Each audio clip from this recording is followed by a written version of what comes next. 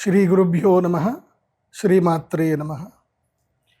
శ్రీకళ్యాణగుణావహం రిపుహరం దుస్వప్నదోషాపహం గంగా స్నాన విశేష పుణ్యఫలదం గోదానతుల్యం నృణాం ఆయుర్వృద్ధిదముత్తమం శుభకరం సంతాన సౌభాగ్యదం నానాకర్మసు సాధనం సముచితం పంచాంగమాకర్ణ్యతాం సందర్శనం వితనుతే పితృదేవనృణాం మాసాబ్దవాసరదళైరథవోర్ధ్వగం యత్ సవ్యం క్వచిదుపైత్యపసవ్యమేకం జ్యోతిఃపరం దిశతు వత్స్వమితాం శ్రియం నః.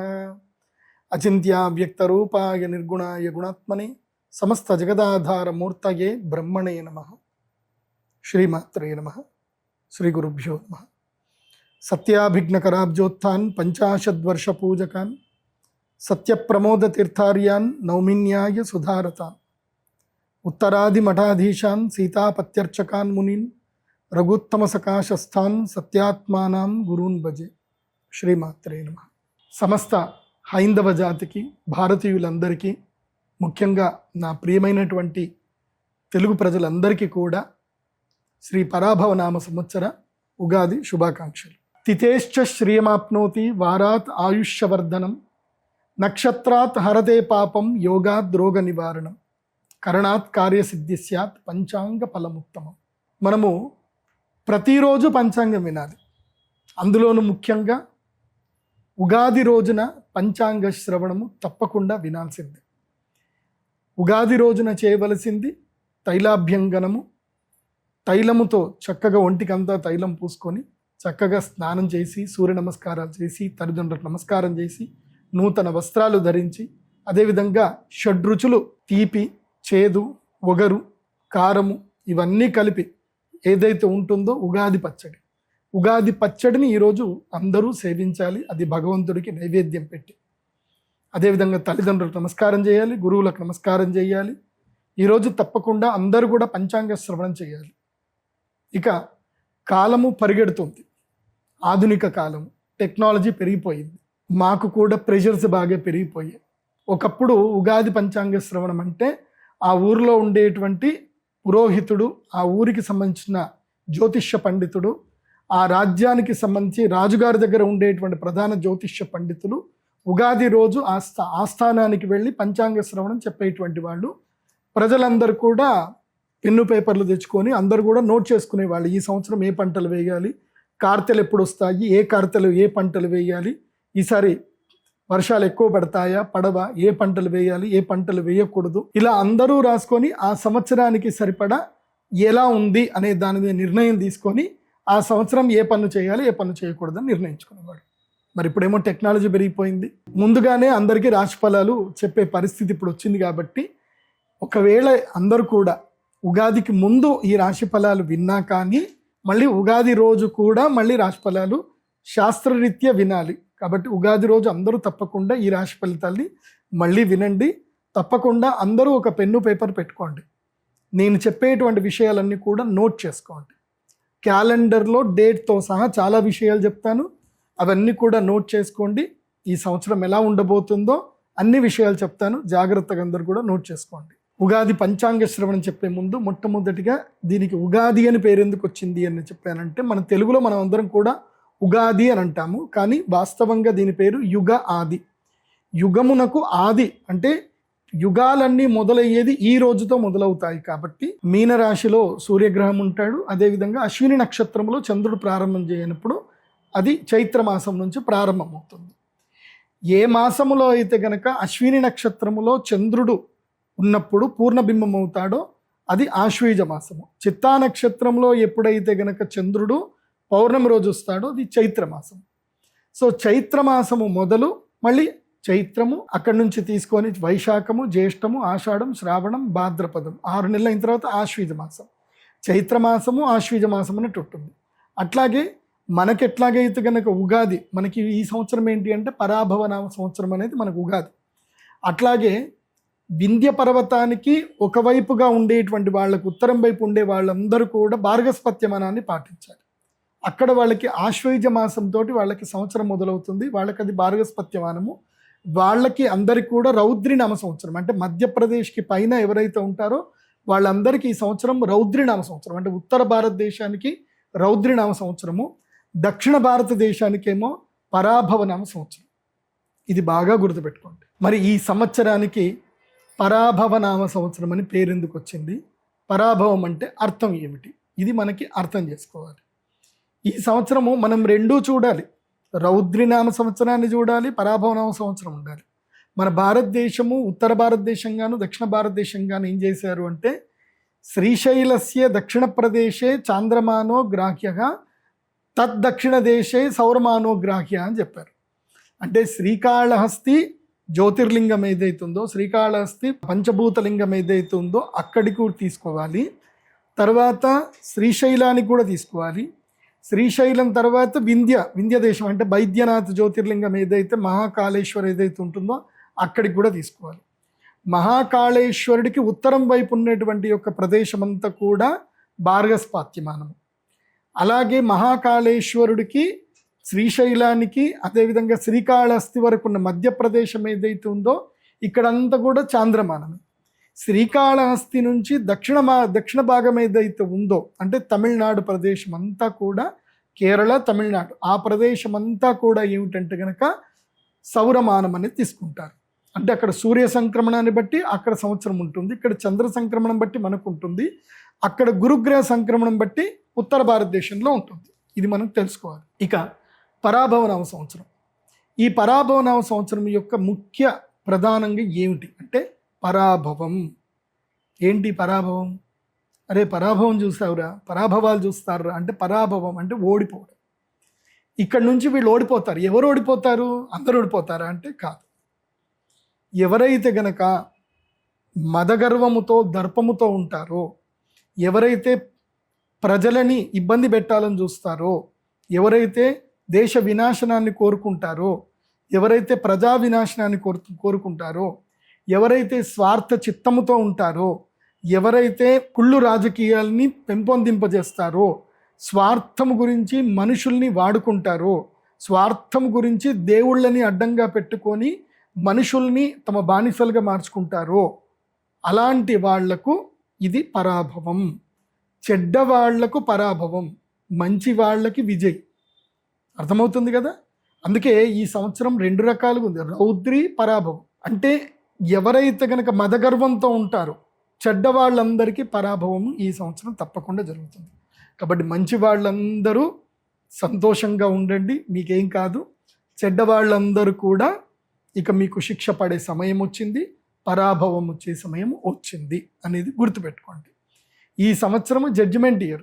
ఎవరెవరైతే తప్పులు చేస్తారో, ఎవరెవరైతే ద్రోహాలు చేస్తారో, మోసాలు చేస్తారో, తప్పులు చేసి డబ్బులు విపరీతంగా సంపాదించి నేనే గొప్ప అని ఎవడైతే ఉంటాడో, ఎవరైతే ప్రజలని హింసిస్తాడో, ఎవరైతే స్త్రీలని, శిశువులని అందరిని హింసిస్తారో వాళ్ళందరూ కూడా దుఃఖపడేటువంటి సంవత్సరము పరాభవనామ సంవత్సరం. ఇక రౌద్రినామ సంవత్సరం యొక్క లక్షణం ఏంది అని అంటే, రౌద్రం అంటే ప్రజలు ఆక్రందనలు చేస్తారు, ఆక్రోశాలకు వెళతారు, కోపాలకు వెళతారు, గొడవలు జరుగుతాయి, మత కల్లోలాలు జరుగుతాయి.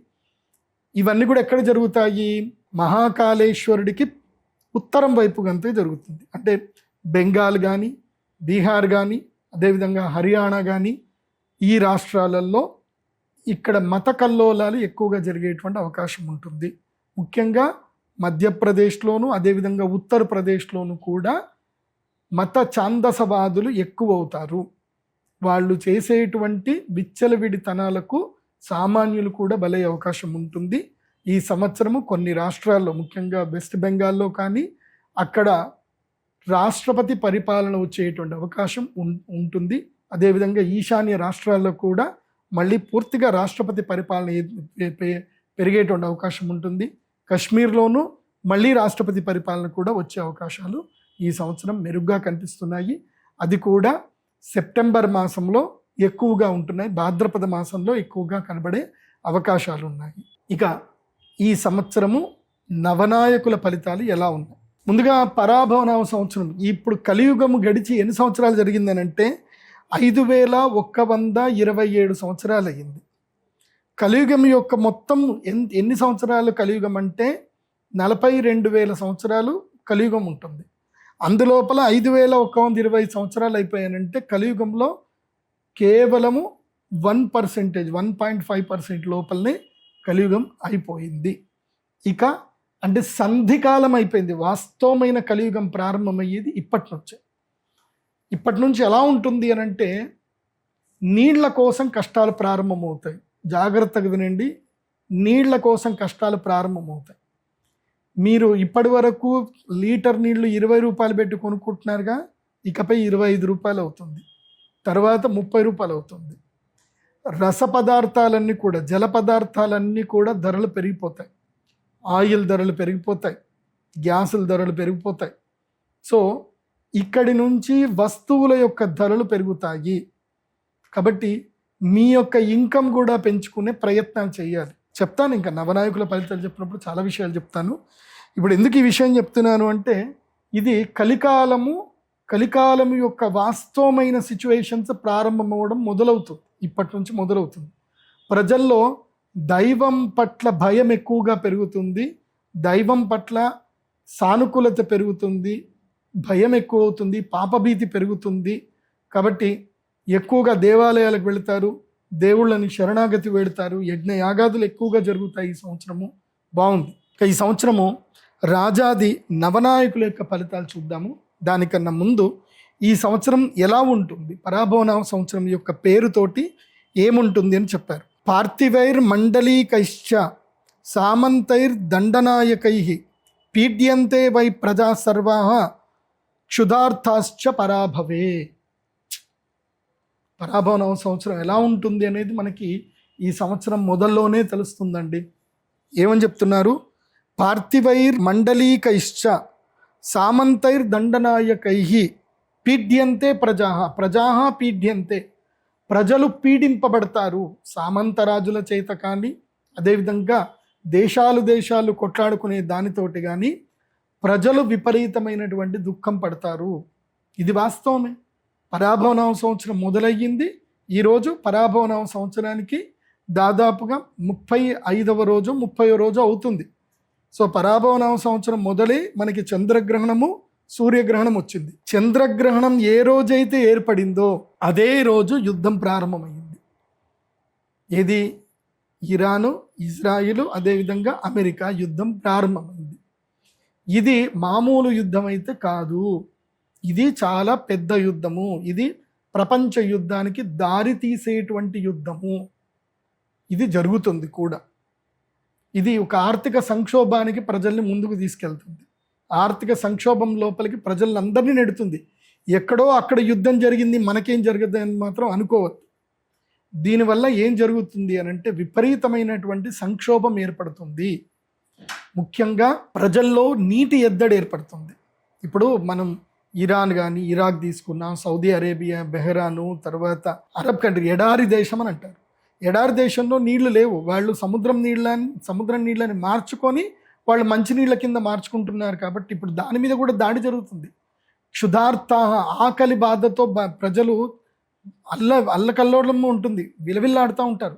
ఎందుకోసమంటే మన భారతదేశం నుంచి కానీ వేరే దేశాల నుంచి అక్కడికి షిప్పులు వెళితే తప్ప అక్కడ న్యాచురల్ రిసోర్స్ అయినటువంటి ఆహారం, వాళ్ళకి న్యాచురల్ రిసోర్స్ లేదు. ఆహారం షిప్పులో నుంచే వెళ్ళాలి. శని ఎక్కడున్నాడు అంటే మీనరాశిలో ఉన్నాడు. జలక్షేత్రంలో మీనము అంటే ఏంటి? చేపలు. చేపలు ఎక్కడ ఉంటాయి? నీళ్లలో ఉంటాయి. అది ఏ రాశి అని అంటే మీనరాశి. మీనరాశిలో ఎవరున్నారు? శనిగ్రహం ఉన్నాడు. కాబట్టి సముద్ర సంక్షోభం ఏర్పడుతుంది, సముద్రపు దొంగలు పెరుగుతారు. సో నౌకలన్నీ సముద్రంలో మునిగిపోతాయి, నౌకా యుద్ధం జరుగుతుంది. దీనితోటి అరబ్ కంట్రీస్లో పూర్తిగా సంక్షోభం ఏర్పడుతుంది. సంక్షోభం ఏర్పడి ఆహార ధాన్యాలు దొరకవు, తిండి దొరకదు, నీళ్లు దొరకవు. అలాంటి పరిస్థితులు ఈ సంవత్సరం ఎక్కువగా ఏర్పడే అవకాశాలు కనిపిస్తున్నాయి. మనం భారతీయులం, మనం అంత అదృష్టవంతులమే.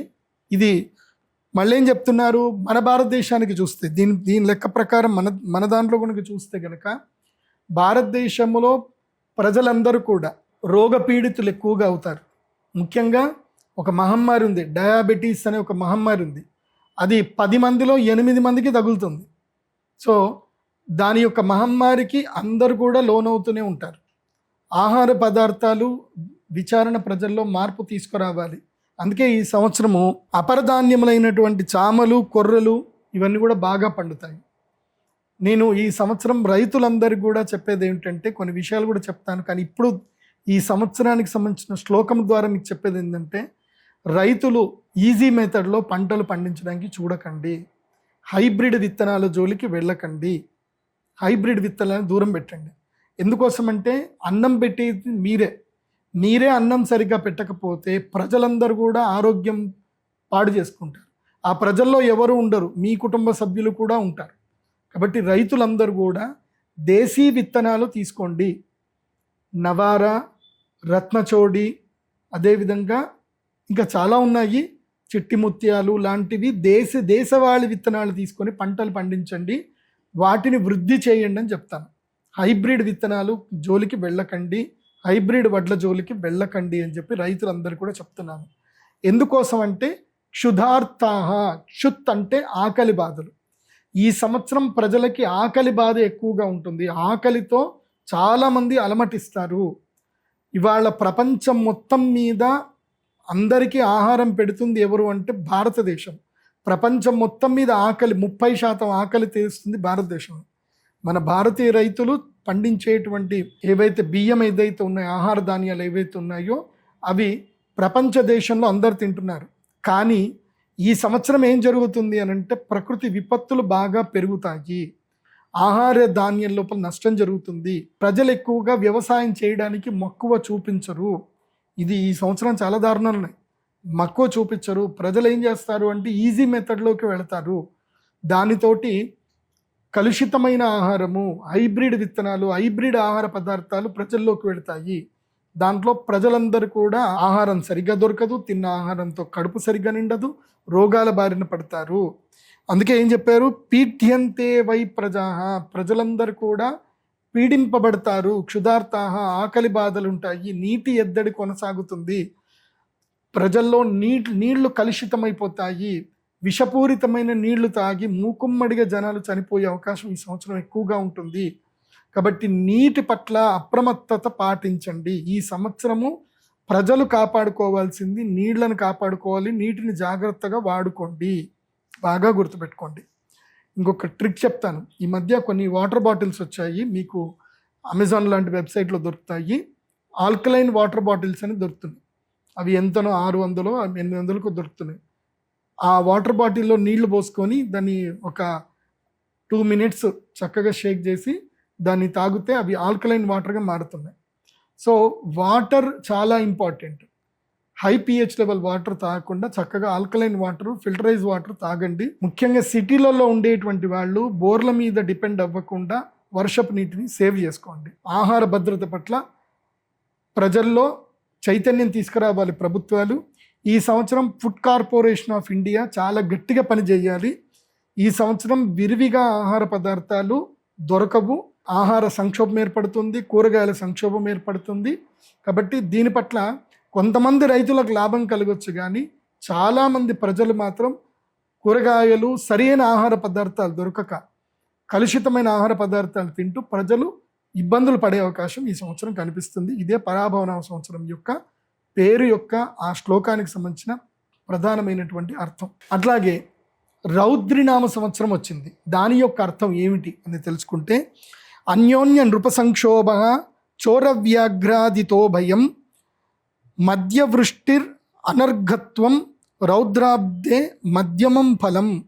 అన్యోన్య నృప సంక్షోభ, అన్యోన్య అంటే రాష్ట్రాలకు పడదు, దేశాలకు పడదు, ఇంటి పక్కోడికి పడదు, ఈ గల్లివాడికి ఆ గల్లివాడికి పడదు, ఈ సందులో ఉన్న వాళ్ళకి ఆ సందు వాళ్ళకి పడదు, ఈ ఊరు వాళ్ళకి ఆ ఊరు వాళ్ళకి పడదు. నీళ్ల వల్ల గొడవలు అవుతాయి, ఆహారం వల్ల గొడవలు అవుతాయి, మనుషుల వల్ల గొడవలు అవుతాయి. అన్యోన్య నృప సంక్షోభ, ఒకళ్ళనొకళ్ళు తిట్టుకుంటారు, ఒకళ్ళని చూసి ఒకళ్ళు ఓర్వరు, ఇవి జరుగుతాయి. చోరవ్యాఘ్రాదితో భయం, ఈ సంవత్సరం దొంగలు బాగా పెరిగిపోతారు.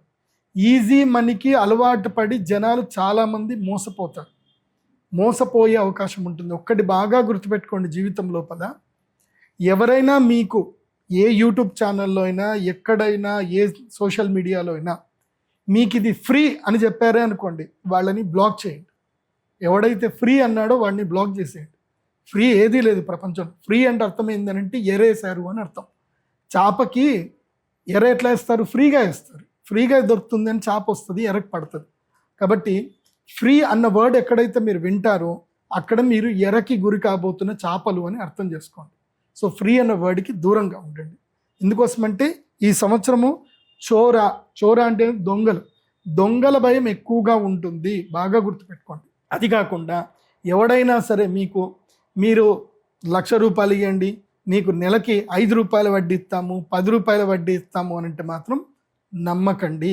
ప్రామిసరీ నోట్లు, చెక్కులు ఎందుకు పని చెయ్యవు. మీరు కోర్టు చుట్టూ తిరగడం తప్ప ఎవ్వరికి ప్రయోజనం ఉండదు. కొంతమంది ప్రయోజనం ఉంటుంది, అడ్వకేట్లకు ప్రయోజనం ఉంటుంది, కోర్టులో ఉండేటువంటి టీ కొట్టు వాడి ప్రయోజనం ఉంటుంది, టిఫిన్ సెంటర్ వాళ్ళకి ప్రయోజనం ఉంటుంది, మిమ్మల్ని అటు ఇటు తిప్పేటువంటి డ్రైవర్ల ప్రయోజనం ఉంటుంది తప్ప మీకు ₹1 కూడా రాదు. కాబట్టి ఈ ₹2 వడ్డీ మీకు బ్యాంకు వడ్డీ కన్నా ఎవరైనా ఎక్కువ వడ్డీ ఇస్తున్నారు అని చెప్పినా, ప్రామిసరీ నోట్ల మీద మీరు డబ్బులు వడ్డీలకు ఇచ్చినా మీరు మోసపోతారు. కాబట్టి ఈ సంవత్సరము దొంగల భయం ఎక్కువగా ఉంటుంది, మోసగాళ్ల భయం ఎక్కువగా ఉంటుంది. అట్లాగే మార్కెట్లో కొత్త రకమైన మోసాలు దిగుతారు. ఏమిటంటే మా దగ్గర యాంటీ మ్యాటర్ ఉందని, మా దగ్గర సరికొత్తమైనటువంటి పదార్థం ఉందని, ఇది రేర్ ఎర్త్ మెటీరియల్ అని, ఇరీడియం అని, తర్వాత యురేనియం అని చెప్పి ఇవన్నీ కూడా చెప్పుకుంటూ ఇవన్నీ మా దగ్గర ఉన్నాయి, సీక్రెట్గా ఉన్నాయి, ఇవి అమ్ముతే కొన్ని కోట్ల రూపాయలు వస్తాయి, మాకు మీరు కొంచెం పెట్టుబడి సాయం చేయండి, అమ్మడానికి పెట్టుబడి సాయం చేయండి అని చాలామంది మోసగాళ్ళు మీ దగ్గరికి వస్తారు. అవి అన్నీ అబద్ధాలు. ఈ ప్రపంచంలో రేర్ ఎర్త్ మెటీరియల్స్ ఏవి లేవు. అవి ఉన్నా కానీ దాని మీద ఆల్రెడీ భారతీయ నిఘా వ్యవస్థ చాలా ఎక్కువగా ఉంటుంది. కాబట్టి వాటి పట్ల ఏవి వెళ్ళకండి. ఈ రైస్ పుల్లింగు వాటి మోసాల జోలికి వెళ్ళకండి. ఈ సంవత్సరము దొంగలు కొత్త మేకప్ వేసుకొని వస్తారు, సరికొత్త మేకప్ వేసుకొని దొంగలు వస్తారు. కాబట్టి ఈ సైబర్ మోసాలు కానీ, ఏది మిమ్మల్ని డిజిటల్ అరెస్ట్ చేసామని చెప్పి మీరు ఓటీపీలు చెప్పండి నన్ను వెరైటీ వస్తారు. కాబట్టి ఈ సంవత్సరము చదువు రానటువంటి వారైనా, చదువు వచ్చిన వారైనా మీ యొక్క నెట్ బ్యాంకింగ్ని పూర్తిగా సేవ్ చేసుకొని ఏదైతే ఉంటుందో చిన్న ఫోన్లు వాడండి. ఈ సంవత్సరం అయితే నేను అందరికీ ఏం చెప్తాను అంటే నోకియా ఫోన్లు వాడండి అని చెప్తాను. ఏవి చిన్న కీప్యాడ్ ఫోన్లు ఉంటాయి కదా, అవి వాడండి. అవి వాడితే మీరు సైబర్ మోసగాళ్ళు ఎరపడరు. ఎందుకోసం అంటే ఈ సంవత్సరము సైబర్ మోసగాళ్ళు చాలా ఎక్కువగా తయారవుతారు. మీకు తెలియకుండానే మీ మొబైల్లోనే మీకు యాప్లు డౌన్లోడ్ అయిపోతాయి, మీ యొక్క ఓటీపీలు వాళ్ళే హ్యాక్ చేస్తారు, మీ బ్యాంకులో ఉన్న డబ్బంతా ఖాళీ అయిపోతుంది. చాలా జాగ్రత్తగా ఉండండి. స్మార్ట్ ఫోన్లు వినియోగించే విషయంలో, నెట్ బ్యాంకింగ్ విషయంలో చాలా అప్రమత్తంగా ఉండండి. నేనైతే క్లియర్గా చెప్తాను, నెట్ బ్యాంకింగ్ ఏదైతే వాడుతున్నారో ఆ ఫోన్ని సపరేట్గా పెట్టండి. మీరు రెగ్యులర్గా వాడే ఫోన్ ఒకటి పెట్టుకోండి. రెగ్యులర్గా మీరు వాడే అకౌంట్ ఏదైతే ఉందో దాంట్లో కొంచెమే బ్యాలెన్స్ ఉంచుకోండి, ఎక్కువ బ్యాలెన్స్ ఉంచుకోకండి. మీ ఎక్కువ మొత్తం డబ్బున్న వాటికి నెట్ బ్యాంకింగ్ ఫెసిలిటీస్ తీసేసుకోండి. మీరు డైరెక్ట్గా బ్యాంకులో వెళ్ళి మీరు చెక్కు సంతకం పెట్టి ఆర్టీజీఎస్ చేస్తే తప్ప వెళ్లకుండా అలాంటి బ్యాంక్ అకౌంట్ ఒకటి పెట్టుకొని దాంట్లో ఎక్కువ మొత్తం డబ్బులు పెట్టుకోండి, సేఫ్గా ఉంటారు. లేదంటే ఉన్న డబ్బంతా కూడా ఖాళీ అయిపోతుంది. చాలా జాగ్రత్తగా ఉండండి. ఇక వ్యాఘ్ర భయం అని కూడా ఉంది. చిరుత పులులు, అదేవిధంగా పులులు ఊర్లోకి వస్తాయి. ఎందుకోసమంటే మనం అడవులన్నింటినీ మనం తినేస్తున్నాం కదా, పోడు భూములు అని చెప్పి. మనం అడవులు మొత్తం తిన్నాక పులులకి, చిరుత పులులకు ఉండడానికి ప్రదేశం ఎక్కడ ఉంది? కాబట్టి క్రూర మృగాలు ఊరి లోపలికి వస్తాయి. దీనివల్ల ప్రజలకి చాలా ఇబ్బందులు జరుగుతాయి. నేను అటవీ శాఖ అధికారులకు చెప్పేది ఏంటంటే, మీరు అడవిలో పులులకి తగ్గట్టుగా ఆహారం ఉండేటట్టుగా ఇంకా ఏమైనా జంతువుల్ని పెంచండి. ఇంకా జింకల్ని ఎక్కువగా పెంచండి, వాటికి ఆహారం రావాలి కదా. నాకు ఎందుకో డౌట్ వస్తుంది, అడవిలో మేకల్ని ఎందుకు పెంచరు, గొర్రెలను ఎందుకు పెంచరు అటవీ శాఖ వాళ్ళని? అవి పెంచితే పిల్లలు హాయిగా తినేసి వాటి జోలికి మన మనుషుల జోలికి రావు కదా. సో అది ఏమన్నా ఉంటే ఐడియా ఉంటే ఫాలో చేయండి. మాకు ఆ రూల్స్ అయితే తెలియవు. కాకపోతే ఈ సంవత్సరము అడవి మృగాల వల్ల మాత్రం గిరిజనులకి కీడు ఉంటుంది, గిరిజనులకి సంక్షోభం అయితే ఉండే అవకాశం ఉంటుంది. ఏదో చిన్న చితికైతే మరణాలు అయితే జరిగే అవకాశం ఉంటుంది. జాగ్రత్తగా ఉండండి. ఇక మధ్యవృష్టిర్ అనర్ఘత్వం చ, మధ్యవృష్టి. ఈ సంవత్సరం వర్షాలు మధ్యంగా ఉంటాయి, ఎక్కువగా పడవు, సాధారణమైన వర్షాలు మాత్రం ఉంటాయి. అండ్ ఇంకొకటి కూడా చెప్పబోతున్నాను, ఇది భవిష్యవాణి. రాబోయే 3 సంవత్సరాలకి అంటే ఇంకో 2 సంవత్సరాల్లోనే శనిగ్రహము రోహిణీ నక్షత్రంలో ప్రవేశిస్తాడు. శనిగ్రహము రోహిణీ నక్షత్రంలో ప్రవేశించగానే సంక్షోభం ఏర్పడుతుంది, చుక్క నీరు దొరకడం కూడా కష్టమవుతుంది, నదులన్నీ ఎండిపోతాయి. మీరు కల్కి సినిమా చూశారు కదా, అది ఆయన డైరెక్టర్ ఏమి మామూలుగా ఏం స్క్రిప్ట్ రాయలే, కరెక్ట్గా రాశాడు. గంగ ఎండిపోతుంది, ఆఖరికి చుక్క నీరు కూడా పడనప్పుడు, గంగ ఎండిపోయినప్పుడు నేను పుడతాను అని చెప్పేసి అని కల్కి వస్తాడు అని చెప్పి అయితే చెప్పారు, అది వాస్తవమే. సో నీరు ఎండిపోతుంది, నదీ జలాలు కలుషితమవుతాయి.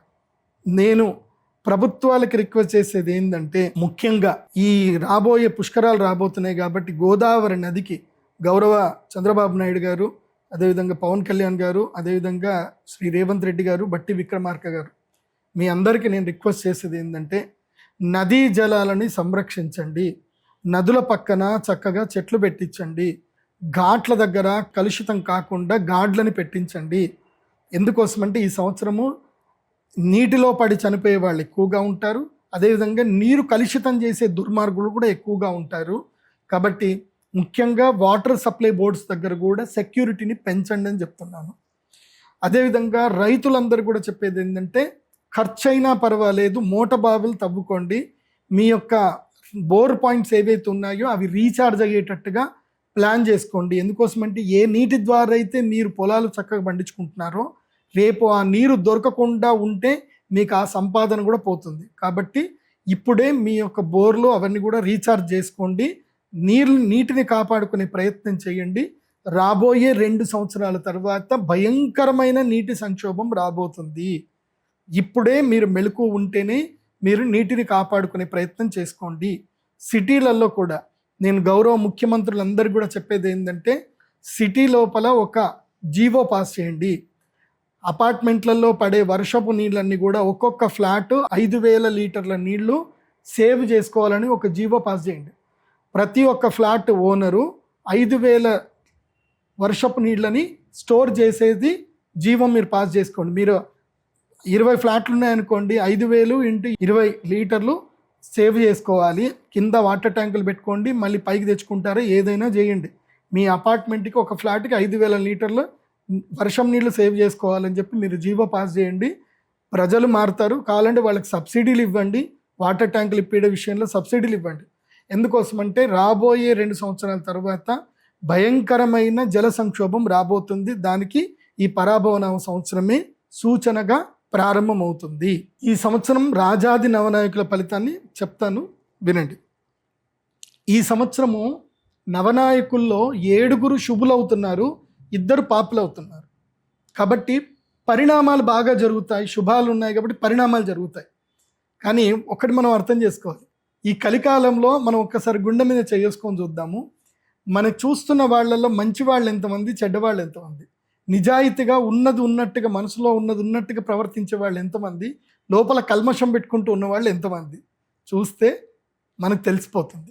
సో 7 శుభులు ఉన్నారు అంటే అర్థం ఏమిటంటే పరిణామం చెందబోతుంది, మార్పులు చెందబోతున్నాయి. కాబట్టి దుర్మార్గుల కష్టాలు వస్తాయి. కాబట్టి దుర్మార్గులు పాలకులే దుర్మార్గులు అవుతే ఏం చేస్తాం? సో వాళ్ళ కష్టాలు వస్తే ఏమవుతుంది? కష్టాలను ఎదుర్చుకుని మళ్ళీ కష్టాలు వస్తాయి. కాబట్టి కొంచెం జాగ్రత్తగా ఉండండి. ఈ లాజిక్ మీకు అర్థమైంది అనుకుంటాను. ఈ సంవత్సరం గురుడు రాజు అవుతున్నాడు కాబట్టి గురుగ్రహం రాజు అవుతే న్యాయవర్తిత్వం జరుగుతుంది, న్యాయస్థానాలు చాలా గట్టిగా పనిచేస్తాయి, అన్యాయం జరిగిన వంటి వాళ్ళకి న్యాయం తప్పకుండా లభిస్తుంది. ఈ సంవత్సరము గురుగ్రహం ఉండడం వలన ప్రజలందరూ ఆనందంగా ఉంటారు, వర్షాలు బాగా పడతాయి, ఆహారం బాగా దొరుకుతుంది. కాకపోతే విషయం ఏంటంటే మంత్రి ఎవరయ్యారు అంటే కనుక కుజగ్రహం మంత్రి అయ్యాడు, భౌమహా మంత్రి, దేశానికి ఉద్యోగాధిపతి కుజుడే అయ్యాడు.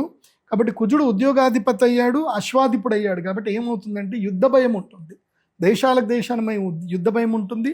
అదేవిధంగా రక్షణ శాఖకి బలమైన పగ్గాలు వస్తాయి, రక్షణ శాఖ చాలా గట్టిగా పనిచేస్తుంది.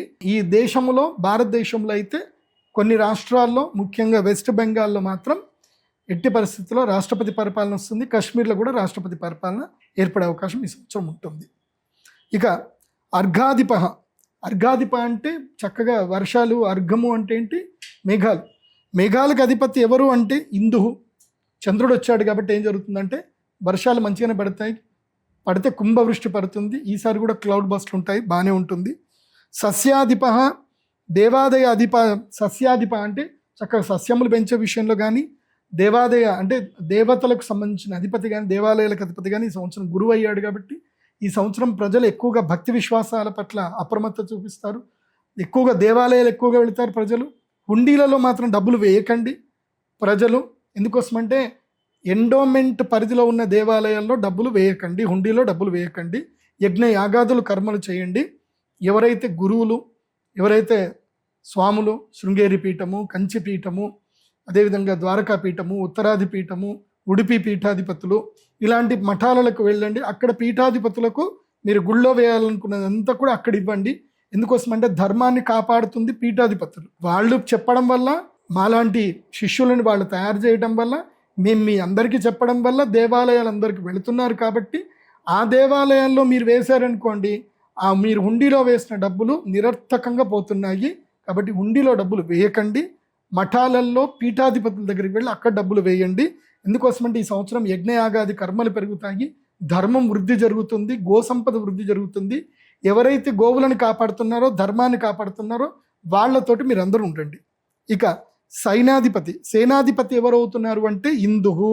ఈ సంవత్సరము చంద్రుడే అవుతున్నాడు, సేనాధిపతి కూడా చంద్రుడే అవుతున్నాడు. కాబట్టి ఈ సంవత్సరము బియ్యం ధరలు బాగా పెరుగుతాయి, దేశవాళీ బియ్యానికి ధరలు బాగా పెరుగుతాయి, బాగుంటుంది. సైన్యం కూడా గట్టిగానే పనిచేస్తారు. ఇక పరీక్షకుడు, గ్రామ నాయకుడు గురువు అవుతున్నారు. ఇది చాలా అద్భుతము. ఈ సంవత్సరం పరీక్షించేటువంటి వాడు అంటే ఎన్ఫోర్స్మెంట్ డైరెక్టర్ ఎవరైతే ఉంటారో ఆయన గురువు ఈ సంవత్సరం. సో అందరినీ ఎగ్జామినేషన్ చేస్తాడు. ఈ సంవత్సరము గ్రామ సర్పంచులు కానీ, గ్రామాధికారులు కానీ, గ్రామ వికాసం ఏర్పడుతుంది. గ్రామంలో ఉన్న ప్రజలందరూ కూడా ఐకమత్యంగా ఉంటారు. ఉండి తమ గ్రామం లోపల సహకార సంఘాలు పెట్టుకొని ప్రజలు డెవలప్ అవుతారు. ఈ సంవత్సరం నుంచి గ్రామాల్లో అవేర్నెస్ ఎక్కువగా పెరుగుతుంది, బాగుంటుంది ఈ సంవత్సరం. తర్వాత రసాధిపుడు, తర్వాత వస్త్రాధిపుడు శని అయ్యాడు. కాబట్టి నల్లని భూములు, నల్లటి పంటలు కానీ, నల్ల నువ్వులు కానీ, మినుములు కానీ, నల్లటి ఆహార పదార్థాలన్నిటికీ మంచి ధరలు వస్తాయి. ఈ సంవత్సరం వస్త్రాలకు ధర విపరీతంగా పెరుగుతుంది. తర్వాత గ్రామపాలకుడు, రత్నాధిపుడు ఇందు అవుతున్నాడు. ఇందుహు అంటే సూర్యుడు, గ్రామాధిపుడు సూర్యుడు అవుతున్నాడు. కాబట్టి ఇది కూడా చాలా మంచిదే. ప్రజలు బాగుంటారు, వాళ్ళందరూ కూడా కలిసికట్టుగా వాళ్ళ పనులు వాళ్ళు చేసుకుంటారు. ఈ సంవత్సరం మహిళా రాతులు ఎక్కువగా పెరుగుతారు, డ్వాక్రా సంఘాలు ఎక్కువగా పెరుగుతుంది. మహిళలందరూ కూడా కలిసి సొంతగా ఏవైతే కనుక పరిశ్రమలు పెట్టడం అనేది ఈ సంవత్సరం చాలా ఎక్కువగా ఉంటుంది. దానికి తెలుగు రాష్ట్రాల ప్రభుత్వాలు కూడా వాళ్ళకి సహకరిస్తే, బ్యాంకులు సహకరిస్తే ఇంకా మంచిది. తర్వాత ఈ సంవత్సరం వృక్షాలకు అధిపతి కూడా బుధుడు అవుతున్నాడు. కాబట్టి తుఫాన్లు ఎక్కువగా వచ్చేటువంటి అవకాశం ఉంటుంది. ముఖ్యంగా శ్రీకాకుళము, తూర్పుగోదావరి జిల్లా, విశాఖపట్నం, విజయనగరము ఈ ప్రాంతం లోపల తుఫాను ప్రభావాలు ఎక్కువగా పడేటువంటి అవకాశం ఉంటుంది. కాబట్టి ఈ సంవత్సరం తొందరగానే పంటలు వేసుకొని ఆశ్వేజ మాసం అంటే కార్తీక మాసం లోపలనే పంటలు కోసుకునే ప్రయత్నం చేయండి. తర్వాత పంటలన్నీ మునిగిపోయే అవకాశం ఉంటుంది. కాబట్టి జాగ్రత్తగా ఉండండి. అది నేను కోస్తా జిల్లాలకైతే ఇది చెప్పడం జరుగుతుంది. ఇక నీరసాధిప, ఈ సంవత్సరం కుంకుమ పువ్వు, కర్పూరం. నీరసాధిప ఎవరవుతున్నాడంటే గురుడు అవుతున్నాడు. కాబట్టి కుంకుమ పువ్వు ఈ మధ్య చాలామంది ఇళ్లలోని ఏసీలు పెట్టేసి కుంకుమ పువ్వు పెంచుతున్నారు. సుమన్ టీవీలో కూడా వీడియో చూశాను, బాగుంది. మీరు కూడా పని చేసుకోండి. కుంకుమ పువ్వు, అదేవిధంగా పుట్టగొడుగులు, ఇవి మీరు ఇళ్లలో పెంచుకోండి. ఈ సంవత్సరం చాలా డిమాండ్ ఉంది. అదేదో కొన్ని రకమైన పుట్టగొడుగులు అట కిలోకి 5 లక్షలట. అలాంటి ఏమైనా ఉండి ఇంట్లో మీరు ఏసీలు పెంచుకొని కరెంటు బిల్లు సంవత్సరం మొత్తం మీద ₹1,00,000 అయినా పర్వాలేదు. ఓ 20 కిలోలు వచ్చిందంటే చక్కగా అపార్ట్మెంటే కొనుక్కోవచ్చు, ఫ్లాట్ కొనుక్కోవచ్చు, లేదంటే ఇండిపెండెంట్ హౌస్ కట్టుకోవచ్చు. కాబట్టి పుట్టగొడుగులకు ఈ సంవత్సరం బాగా డిమాండ్ ఉంది. గురువు నీరసాధిపతి అయ్యాడు. కాబట్టి ఈ సంవత్సరము కుంకుమ పువ్వు, కర్పూరము, అగరు, చందనము, పన్నీరు, పాదరసము, తర్వాత ఉప్పు, తర్వాత పసుపు వీటి ఉత్పత్తి బాగా పెరుగుతుంది. తర్వాత గణక సర్పాధిప, లెక్కలు పెట్టేటువంటి ఫినాన్షియల్ మినిస్టర్ ఎవరు అంటే ఈ సంవత్సరము శని అయ్యాడు. శని ఫినాన్షియల్ మినిస్టర్ అయ్యాడు అంటే కుంభకోణాలన్నీ బయటపడతాయి. ఈ సంవత్సరం భయంకరమైన కుంభకోణాలు బయటపడతాయి. 2 రాష్ట్రాల ముఖ్యమంత్రులు మారిపోతారు. భారతదేశానికి సంబంధించి తెలుగు రాష్ట్రాలకు అయితే కాదు. సో 2 రాష్ట్రాల్లో ఎలక్షన్స్ ఏర్పడతాయి. ఆ ఎలక్షన్స్లో ఉన్న ప్రభుత్వం పడిపోయి వేరే ప్రభుత్వం అయితే వస్తుంది. దైవజ్ఞ, ఈ సంవత్సరం జ్యోతిష్య పండితులకి ఎవరధిపతి అంటే చంద్రుడయ్యారు. కాబట్టి జ్యోతిష్య విద్యలు, పరిశోధన విద్యలు వృద్ధి చెందుతాయి. ప్రజలు జ్యోతిష్యాన్ని ఎక్కువగా నమ్ముతారు. పర్లేదు, మాకు ఇన్కమ్ అయితే మంచిగానే పెరుగుతుంది. అట్లాగే వృద్ధి చెందుట, దైవభక్తి కూడా పెరుగుతుంది, రసధాతువుల యొక్క ఉత్పత్తి పెరుగుతుంది. ఈ సంవత్సరం మన భారతదేశంలో ఇప్పటిదాకా గనులు లేవు. సో నేను మీకు చెప్పేది ఏంటంటే స్టాక్ మార్కెట్లో జింక్ రేట్ ఎక్కువగా పెరుగుతుంది, రాగి రేట్ ఎక్కువగా పెరుగుతుంది, తర్వాత వెండి రేట్ ఎక్కువగా పెరుగుతుంది, బంగారం రేట్ పెరుగుతుంది. తర్వాత చెప్తాను ఆ రేట్ ఎంత పెరుగుతుందో చెప్తా, వెయిట్ చేయండి. తర్వాత స్త్రీలకి అధిపతి ఎవరు అంటే ఈ సంవత్సరం చంద్రుడు. చంద్రుడు స్త్రీలకు అధిపతి అయితే ఎట్లా ఉంటుందంటే స్త్రీలు విపరీతమైన చంచల స్వభావం కలిగినటువంటి వారు అవుతారు. ఇక ఉంటుంది కష్టాలు ఎక్కువగా ఉంటుంది, మగాళ్ళకి ఎక్కువ కష్టం ఉంటుంది. ఎందుకోసమంటే స్త్రీలు ఓపికగా ఓర్పుగా ఉన్న రోజులే ఆ ఇల్లు బాగుంటుంది. స్త్రీ ఎప్పుడైతే ఓపిక నశించి ఓర్పు నశించి చంచలంగా మారుతుందో ఆ ఇల్లు అల్లకల్లోలం అవుతుంది. కాబట్టి ఈ సంవత్సరము స్త్రీలకి చంచల స్వభావం ఎక్కువగా పెరుగుతుంది. అదేవిధంగా స్త్రీలు కామ సంక్షోభితులు అవుతారు, విచ్చలవిడితనం స్త్రీలలో పెరుగుతుంది. దాన్ని అడ్డుకున్న వాళ్ళని నానా బూతులు తిడతారు. ఇవన్నీ కూడా జరుగుతాయి. అమ్మ బట్టలు మంచిగా వేసుకోమ్మా అని చెప్తే నీకెందుకురా అని చెప్పి వాడిని నానా తిట్లు తిడతారు. ఇవి ఈ సంవత్సరం జరుగుతుంది. కాబట్టి ఎవరు కూడా స్త్రీలకు సంబంధించి ఏ మాటలు చెప్పకండి, వాళ్ళు ఇష్టం వచ్చినట్టు వాళ్ళు ఉండనివ్వండి. ఎందుకోసమంటే ప్రకృతి ఎలా చేయాలో అలా చేస్తుంది, పెరుగుట విరుగుట కొరకే. కొన్ని జరిగితే కొంతమంది కొన్ని అర్థమవుతాయి. సో మీరెవరు కూడా ఎవరికి నీతులు చెప్పకండి, ఎవరు బుద్ధులు చెప్పకండి. కాలితే పడితే వాళ్ళకే తెలుస్తుంది కాబట్టి వాళ్ళని తెలుసుకోనివ్వండి. మంచిదే, వాళ్ళ ఇష్టం వచ్చినట్టు వాళ్ళు ఉండనివ్వండి అని చెప్పి చంద్రుడు చెప్తున్నాడు ఈ సంవత్సరం, నేను చెప్పట్లే. సో ఈ సంవత్సరము స్త్రీలకి అధికారాలు కూడా పెరుగుతాయి. స్త్రీలు వ్యాపారం లోపలికి వస్తారు, చాలా మంచి శుభ పరిణామం. సో వాళ్ళు వ్యాపారాలు చేస్తారు, చక్కగా వడ్డీ వ్యాపారాలు చేస్తారు, డబ్బులు విపరీతంగా సంపాదిస్తారు, రాజ్యాలు వెళ్తారు, అధికారం లోపలికి వస్తారు. మళ్ళీ ఇది కూడా ఇంకోటి చెప్తున్నాను, తమిళనాడులో మళ్ళీ ఎంజీఆర్ జయలలిత ఏదైతే గనక రాజకీయం క్రియేట్ చేశారో మళ్ళీ తమిళనాడులో అలాంటి రాజకీయం మొదలవుతుంది. వాళ్ళ పేర్లు నేను చెప్పను, మీకు తెలుసు. ఇక వర్షాలకు అధిపతి కూడా బుధుడు అవుతున్నాడు కాబట్టి ఎక్కువగా గాలితో కూడుకున్నటువంటి వర్షాలు ఎక్కువగా పడతాయి, తుఫాన్లు ఎక్కువగా వస్తాయి. అయితే ఈ సంవత్సరము వైద్య శాఖల్లో కూడా మంచి మార్పులు వచ్చేటువంటి అవకాశం ఉంటుంది. డాక్టర్లు బాగా సంపాదించుకుంటారు ఈ సంవత్సరం, అంటే రోగాలు ఎక్కువగా పెరుగుతాయని అర్థం. ఇవి నవనాయకుల ఫలితాలు అయితే మనం తెలుసుకున్నాము. ఈ పరాభవ నవ సంవత్సరంలో వ్యవసాయం ఇది చాలా బాగా అందరు కూడా రైతులందరూ కూడా చూసి తెలుసుకోండి. ఇప్పుడు ఏదైతే కనుక సంక్షోభం ఏర్పడిందో, ఇప్పుడు ఆలుగడ్డ ఉల్లిగడ్డ రేట్లు అయితే ఇప్పుడు పడిపోతున్నాయి, పర్వాలేదు. కానీ ఈ సంక్షోభం ఎప్పటి దాకా ఉంటుందంటే అక్షయ తృతీయ వరకు మాత్రమే ఈ సంక్షోభం ఉంటుంది. అక్షయ తృతీయ తర్వాత మళ్ళీ నార్మల్ స్టేజ్కి వచ్చేస్తుంది. యుద్ధ తీవ్రత, యుద్ధ వాతావరణం తగ్గిపోతుంది. మళ్ళీ ఆయిల్ రేట్లు నార్మల్కి వచ్చేస్తాయి, సర్వసాధారణంగా అయిపోతుంది. కానీ ఒకేసారి ఎక్స్పోర్ట్స్ ఎక్కువగా పెరిగిపోతాయి ఈ సంవత్సరం. అక్షయ తృతీయ తర్వాత ఎక్స్పోర్ట్స్ పెరుగుతాయి. ఉల్లిగడ్డలు విదేశాలకు ఎక్కువగా వెళ్ళిపోతాయి, ఆలుగడ్డలు ఎక్కువగా వెళ్ళిపోతాయి.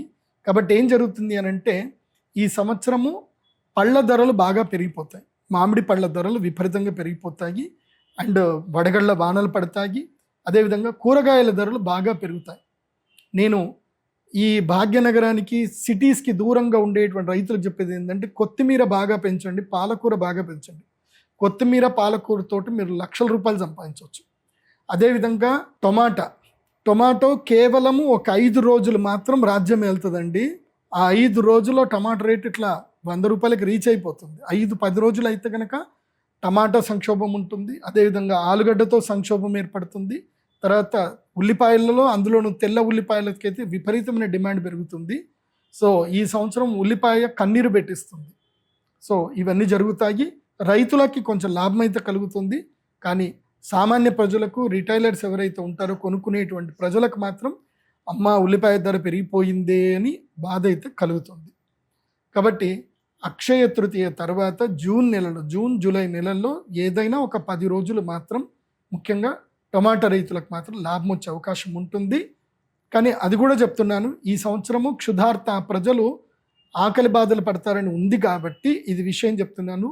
ఒకవేళ ధర సరిగ్గా లేకపోయినా, ఎందుకోసమంటే కొంచెం దళారులు మోసం చేస్తారు. నిజంగా డిమాండ్ ఉంటుంది కానీ దళారుల మధ్యలో మోసం చేస్తారు. డిమాండ్ లేకుండా ఉండడానికి వాళ్ళు మీకు తక్కువ ధరకి ఇస్తారు.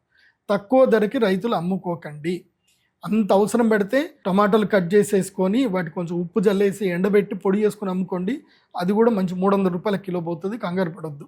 ఉల్లిపాయల ధర అయితే పెరుగుతుంది, టమాటా ధర అయితే తప్పకుండా మిమ్మల్ని కింగ్ చేస్తుంది. ఈ సంవత్సరం రైతులకి మంచి లాభదాయకంగా ఉంటుంది. కూరగాయలు, పండ్లు, ముఖ్యంగా మునగకాయలు, మునగాకులు కానీ ఆకుకూరలు కానీ పండించే రైతులకు మంచి లాభం ఉంటుంది. అదేవిధంగా ఏదైతే కనుక బ్రొకోలీ అనే ఒక పంట ఉంటుంది, గోబీ లాంటిది, అది కూడా మంచి లాభదాయకం ఇస్తుంది. ఈ సంవత్సరం రైతులకైతే లాభంగా ఉంది. వరి విషయంలో మాత్రం బాయిల్డ్ రైస్ మాత్రం సేల్ చేయకండి. రైతులు సొంతగానే నవారా లేదా చిట్టి ముత్యాలు లేదా రత్నచౌడి, ఇక ఏవైనా దేశవాళీ రకానికి సంబంధించిన విత్తనాలను పెట్టి పండించే ప్రయత్నం చేయండి. రైతులకు ఇది చాలా మంచిది. నేను మళ్ళీ చెప్తున్నాను, అది 160 రూపాయల కేజీ అంటే 10,000 రూపాయలకు పైగా ఒక క్వింటాల్ వెళ్తుంది. నవారా, రత్నచౌడి అలాంటి బియ్యం పెట్టండి, మంచి జరుగుతుంది. అలాంటి వడ్లు పెట్టండి, బాగుంటుంది. పరాభవన సంవత్సరంలో ఇక్కడ ఆల్రెడీ చెప్పారు ఏంటంటే రాజులు కొట్లాడుకుంటారు అని చెప్పారు. ఇక్కడ ఏం జరుగుతుందనంటే సింపుల్ చెప్పాలి అంటే కెమెరాల ముందేమో అరుచుకుంటారు, కెమెరాల వెనుకేమో చక్కగా పార్టీలు చేసుకుంటారు. కాబట్టి సామాన్య ప్రజలు, కార్యకర్తలు ఎలాంటి రియాక్ట్ అవ్వకండి. ప్రశాంతంగా తిన్నామా, పడుకున్నామా, తెల్లారిందా, ఎవరు ఏదంటే జై అనండి, కానీ మీరు మాత్రం కొట్లాడుకోకండి. అది విషయం చెప్తున్నా. ఎందుకోసం అంటే వాళ్ళు కొట్లాడుకుంటున్నారని చెప్పి రాజులు ఎప్పుడు యుద్ధంలో దిగరు, సైనికులే యుద్ధంలో దిగుతారు. నష్టపోయేది సైనికులే. ఇది బాగా మీరు గుర్తుపెట్టుకోండి. అది కాకుండా ఇంకొక విషయం ఏమిటంటే కనుక ఈ సంవత్సరము ముఖ్యమంత్రులు మారుతారు, ఉప ముఖ్యమంత్రులు ముఖ్యమంత్రులు అవుతారు. ముఖ్యమంత్రులు కొన్ని రోజుల కోసం అని చెప్పి వేరే పదవులకు వెళ్ళడమో, వేరే పనుల కోసం వెళ్ళడమో, లేదా ఆరోగ్యం బాగాలేకపోవడమో, ఇలాంటివి కొన్ని జరుగుతాయి. అదేవిధంగా తమిళనాడు రాజకీయంలో మళ్ళీ పునరావృతం అవుతుంది. ఎంజీఆర్, జయలలిత ఎలాగైతే ఉన్నారో అలాగే కొత్తగా ఒక నటుడు, ఒక నటీమణి, వాళ్ళు ఎంజీఆర్ గారి వృత్తాంతంని మళ్ళీ వాళ్ళు రిపీట్ చేస్తారు. తమిళనాడులో మళ్ళీ అదే రాజకీయం మొదలవుతుంది. సో భవిష్యత్తులో తమిళ రాజకీయం లోపల మళ్ళీ ఒక స్త్రీ ముఖ్యమంత్రి కాబోతుంది. దానికి ఇప్పుడు సన్నాహాలు ప్రారంభమవుతాయి. కాకపోతే ఇంకొక 7 సంవత్సరాలు పడుతుంది. 7-8 సంవత్సరాలు, 10 సంవత్సరాల తర్వాత ఆమెనే ముఖ్యమంత్రి అవుతుంది. సో ఆమె ఎవరో మీకు తొందరగా మీకు కూడా తెలుస్తుంది. చెప్తాను, అక్కడ ప్రారంభమైనప్పుడు చెప్తాను. ఇప్పుడే పేర్లు చెప్పడం వద్దు. కాబట్టి వాళ్ళు కూడా ముఖ్యమంత్రులు అయ్యే అవకాశం ఉంటుంది. మళ్ళీ తమిళనాడులో ఒక నటుడు మళ్ళీ ముఖ్యమంత్రి అయ్యే అవకాశాలు ఎక్కువగా ఉంటాయి. కానీ ఈ సంవత్సరం కాదు. ఈ ఎలక్షన్లో గెలవరు, కానీ వచ్చే ఎలక్షన్లో మాత్రం తప్పకుండా విజయ్ ముఖ్యమంత్రి అయ్యే అవకాశం అయితే ఉంటుంది. తలపతి విజయ్ ముఖ్యమంత్రి అవుతాడు, కానీ ఈ సంవత్సరం కాదు. ఎట్లాగైతే పవన్ కళ్యాణ్ గారికి మొదలు ఎట్లాగైతే రాజకీయంగా కొన్ని ఒడిదుడుకులు ఎదురయ్యాయో అట్లాగే విజయ్ గారికి కూడా ఒడిదుడుకులు ఎదురవుతాయి. కానీ కనీసం ఒక లెవెల్లో ఒక 20-30 సీట్లు అయితే తప్పకుండా గెలుచుకుంటారు. ఆయన విజిల్ గుర్తు తప్పకుండా భవిష్యత్తులో విజిల్ బాగా గట్టిగా మోగుతుంది. ఇప్పుడైతే మోగదు, అది చూసుకోవాలి. ఇంకా చెప్పాలి అని అంటే రాజకీయం లోపల భారతీయ జనతా పార్టీలో కొన్ని చీలికలు వస్తాయి. సెంట్రల్లో నుంచి కొన్ని చీలికలు వస్తాయి, కొన్ని సంక్షోభాలు ఏర్పడతాయి. మళ్ళీ ఇంటర్నల్గా దాన్ని క్లారిఫై చేసుకుంటారు, క్యూర్ చేసుకుంటారు. కాకపోతే ఏంటంటే భవిష్యత్తులో కొన్ని సంక్షోభాలు జరిగి ఈ ప్రభుత్వం ఇంకా సెంట్రల్లో బీజేపీ ఉండదేమో అన్నంతగా సంక్షోభం క్రియేట్ అవుతుంది. కానీ భవిష్యత్తులో ఎట్టి పరిస్థితుల్లో సెంట్రల్లో బీజేపీ ఉండే అవకాశం ఉంటుంది. కాకపోతే కొన్ని జరుగుతాయి కదా, చాలా సంవత్సరాలు జరిగింది కాబట్టి ఈ సంవత్సరం పరాభవం కాబట్టి మంచిగా లేదు, కాబట్టి చిన్న చిన్న సంక్షోభాలు అయితే జరుగుతాయి. కానీ మరీ ప్రభుత్వాలు కూలిపోయేంత సంక్షోభం అయితే ఈ సంవత్సరం ఉండదు. అదేవిధంగా ఈ సంవత్సరం లోపల ముఖ్యంగా వెస్ట్ బెంగాల్లో రాష్ట్రపతి పరిపాలన వచ్చేటువంటి అవకాశం ఎక్కువగా అనిపిస్తుంది. అది కూడా దసరా నవరాత్రుల సమయంలో కొన్ని సంక్షోభాలు ఏర్పడతాయి. సో ఇక్కడ బంగ్లాదేశ్ నుంచి కూడా కొన్ని సంక్షోభాలు వస్తాయి. మళ్ళీ పాకిస్తాన్ కూడా కొన్ని ఉంటుంది కదా, వాళ్ళ పనే అది. సో ఈ సంవత్సరం కొంచెం తీవ్రతరం ఎక్కువగా ఉంటుంది. మళ్ళీ బాంబులు అట్లాంటివి ఉంటాయి, తీవ్రవాదుల చర్యలు. దీనికి ప్రభుత్వాలు కొంచెం గట్టిగా చర్యలు తీసుకుంటే బాగుంటుంది. తెలుగు రాష్ట్రాల విషయానికి వస్తే గనక తెలుగు రాష్ట్రాల్లో పెద్దగా రాజకీయ సంక్షోభం ఏమి ఉండదు, ఎట్లుంది అట్లాగే ఉంటుంది. కాకపోతే తెలంగాణ రాష్ట్రంలో కొత్తగా 3 మంత్రి పదవులు వస్తాయి. అదేవిధంగా తెలుగు రాష్ట్రాల్లో కూడా ఇంకొక 2 లేదా 4 మంత్రి పదవులు వచ్చే అవకాశం ఉంటుంది. కాకపోతే ప్రజల యొక్క మన్నల్ని ఎక్కువగా పొందలేకపోతారు తెలుగు రాష్ట్రాల్లో ఉన్నటువంటి మంత్రులు, ముఖ్యమంత్రులు. ప్రజల మన్నల్ని పొందడానికి ప్రయత్నాలు చేస్తారు, కానీ ప్రజల మెప్పుని పొందలేకపోతారు. అది జరుగుతుంది. గురుగ్రహము కర్కాటక రాశి వైపు ప్రయాణించే సమయం ఎప్పుడైతే వస్తుందో, గురుగ్రహం కర్కాటక రాశి లోపలికి ఎంటర్ అయ్యేంతసేపు యుద్ధ భయం అయితే ఉంటుంది. జూన్ వరకు యుద్ధ భయం ఉంటుంది. అక్షయ తృతీయ వరకు తీవ్రంగా ఉంటుంది. అక్షయ తృతీయ తర్వాత యుద్ధ భయం తగ్గుతుంది. కానీ ఇది భవిష్యత్తులో వరల్డ్ వార్ 3కి దారి తీసే అవకాశం అయితే ఉంటుంది. ఇక్కడ బీజం మాత్రమే పడుతుంది కానీ వరల్డ్ వార్ 3 అయితే ఇప్పుడు ఏర్పడదు. ఎప్పుడైతే శనిగ్రహము వృషభ రాశి లోపలికి ఎంటర్ అవుతాడో అప్పుడు వరల్డ్ వార్ 3కి ప్రారంభమవుతుంది. అప్పుడు సంక్షోభాలు విపరీతమవుతాయి, నీటి సంక్షోభాలు పెరుగుతాయి, ఆయిల్ కూడా సంక్షోభం పెరుగుతుంది. అప్పుడు తీవ్రతరమైనటువంటి జరుగుతుంది. ఇప్పుడు యుద్ధము అక్షయ తృతీయ వరకు అంటే ఏప్రిల్ 17వ తారీఖు వరకు యుద్ధం సమసిపోతుంది, మళ్ళీ నార్మల్ స్టేటస్కి వచ్చేస్తుంది. కాకపోతే ఆహార పదార్థాలు ధాన్య విషయంలో మాత్రం యుద్ధం ఉంటుంది. మన భారతదేశానికి మాత్రం రెసెషన్ వచ్చే అవకాశం ఉంటుంది, మళ్ళీ ఇన్ఫ్లేషన్ బాగా పెరుగుతుంది. ఆర్థిక సంక్షోభం మాత్రం భారతదేశంలో ఏర్పడే అవకాశాలు చాలా ఎక్కువగా ఉంటుంది. నూనె పదార్థాలు పెరుగుతాయి, ఆహార ద్రవ్య పదార్థాలు విపరీతంగా రేట్లు పెరిగిపోతాయి. ఆయిల్ రేటు మాత్రం ఇప్పుడైతే మన తెలుగు రాష్ట్రాల్లో 110 రూపాయలు అంటే మొత్తం కలిపి 100 రూపాయల యావరేజ్లో పెట్రోల్ ధర ఉంది కదా, ఇది మాత్రం తప్పకుండా 10% పెట్రోల్ ధరలు తర్వాత డీజిల్ ధరలు మాత్రం పక్కా పెరుగుతాయి, దాంట్లో డౌట్ లేదు. ఇంకా యుద్ధాలు చెప్పాలంటే ఇప్పుడు రష్యా ఉక్రెయిన్ యుద్ధము ఇది నివురుగప్పిన నిప్పులాగా కంటిన్యూ అవుతానే ఉంటుంది. అదేవిధంగా ఇప్పుడు ఏదైతే యుద్ధ ప్రభావం ఏదైతే ఉందో ఇవి రాష్ట్రాలకి మధ్యన అడపాదడపా చిన్నా చితకా యుద్ధాలు అయితే కంటిన్యూగా ఉంటాయి. యుద్ధం మొత్తం ఆగిపోవడం అయితే ఉండదు, ఎక్కడో ఒక చోట యుద్ధం ఉంటానే ఉంటుంది, అది సంక్షోభం ఏర్పడుతుంది. ఇంకోటి ఏంటంటే అమెరికా ప్రభుత్వము మెక్సికో అదేవిధంగా వెండి ఎక్కువగా ఎక్కడైతే లభ్యత ఉంటుందో ఆ దేశాల మీద ఆధిపత్యం పొందడానికి ప్రయత్నం చేస్తుంది. ఇప్పటి వరకు ఆయిల్ ఉండేటువంటి దేశాల మీద ఆధిపత్యం కోసం ప్రయత్నం చేసింది. నెక్స్ట్ వెండి మీద వేట ఉంటుంది అమెరికాది, అది బాగా గుర్తుంచుకోవాలి. దాన్ని బట్టి మార్కెట్లో రేట్లు మారిపోతూ ఉంటాయి. ఈ సంవత్సరము కళారంగము విస్తృతమవుతుంది, భయంకరమైన విస్తృతమవుతుంది. మీకు ఇప్పుడు ఓటీటీ ఛానల్ అంటే 1, 2, 3, 4 అని చెప్పినట్టు ఉంటాయి కదా. ఈ సంవత్సరం నుంచి ఏంటంటే ఒక్కొక్కళ్ళ మొబైల్లో 10, 15, 20 ఓటీటీ ఛానల్స్ ఉంటాయి. ఎవరికి వాళ్ళు ఓటీటీ ఛానల్ స్టార్ట్ చేసుకుంటారు, ఎవరికి వాళ్ళు సీరియల్స్ రిలీజ్ చేసుకుంటారు. దీంతో ఏంటంటే ముఖ్యంగా టీవీ రంగం టెలివిజన్ రంగం పడిపోతుంది. టెలివిజన్ రంగంలో సీరియళ్ళు పడిపోతాయి. టీవీ అనేటువంటిది ఇంకా ఉండదు, ఇంకా దాదాపుగా టీవీ రంగం పడిపోతుంది. సోషల్ మీడియా యూట్యూబ్ అదేవిధంగా ఏవైతే కనుక ఓటీటీ ఛానల్సే పెరిగిపోతాయి. ఇకపై టీవీ సీరియల్స్ బాగా తగ్గిపోతాయి, అవి కూడా ఓటీటీలోనే చూడడం జరుగుతుంది. సో డిష్ ఛానల్స్ తగ్గిపోతాయి, వైఫై ఛానల్స్ ఎక్కువగా పెరిగిపోతాయి. అదేవిధంగా కళాకారులకు నటులు విస్తృతంగా పెరిగిపోతారు. ఎవరికి వాళ్ళు సొంత బ్యానర్లు ఓపెన్ చేసుకుంటారు, ఎవరికి వాళ్ళు సొంతగా డబ్బులు సంపాదించుకుంటారు. ఇకపై మార్కెట్లో కళాకారులకు ఆదరణ పెరుగుతుంది, కళాకారుల మీద ఒత్తిడి తగ్గుతుంది, కళాకారుల మీద మోసం జరగడము వాళ్ళని ఇంకా రకరకాలుగా వాడుకోవడం అనేటివన్నీ తగ్గిపోతాయి. ఎవరికి వాళ్ళు సొంతగా వాళ్ళు డెవలప్ అయ్యే అవకాశం ఉంటుంది. ఇక నుంచి కళాకారులకు మంచి లాభాలు కలుగుతాయి, చాలామంది డబ్బులు సంపాదించుకుంటారు. ఒకప్పుడు ఒక ఊరి నుంచో ఒక ప్రదేశం నుంచో కేవలం ఒక 10-20 మంది కళాకారులు వచ్చేవాడు అంటారు.